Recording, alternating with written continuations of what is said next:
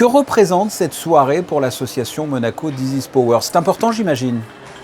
C'est important parce que c'est le rendez-vous annuel que nous avons avec nos amis, nos donateurs, nos partenaires. Et il est vrai que ça faisait un petit moment qu'on ne s'était pas rencontrés, donc c'est un point d'étape à nouveau et ça fait du bien.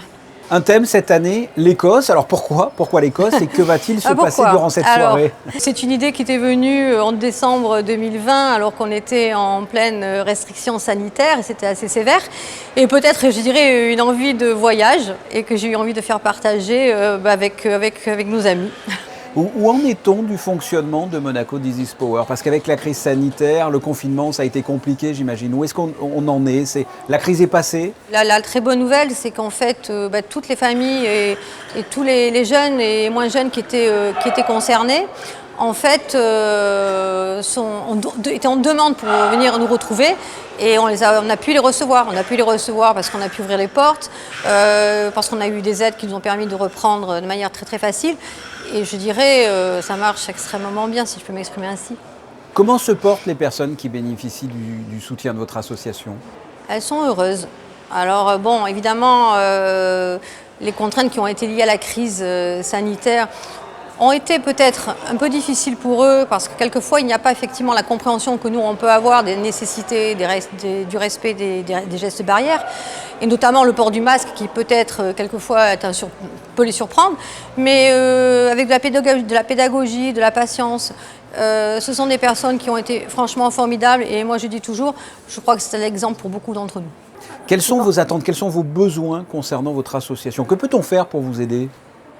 Je dirais déjà être présent dans des événements comme celui de ce soir, parce que déjà c'est un grand témoignage d'amitié, c'est une reconnaissance effectivement de notre association, du travail qu'on fait et de la réalité des familles aussi avec leurs difficultés au quotidien dès lors qu'elles ont un enfant handicapé. Également, et bien sûr, on a besoin de donations puisqu'on est 100% financé par des donations. Le fonctionnement de la maison d'amis, de la maison des copains est très important et effectivement, on a besoin de soutien, notamment pour faire des travaux supplémentaires, pour entretenir les bâtiments.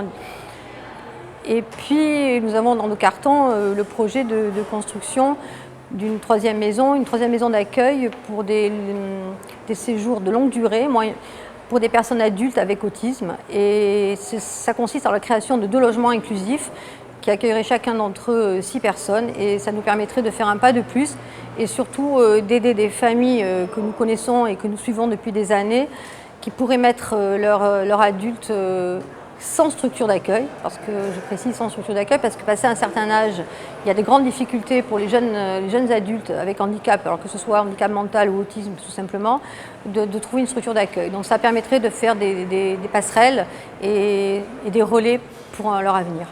Écoutez, j'espère que le message est passé. Muriel Nathalie Laure, merci. Merci Moi beaucoup. Aussi.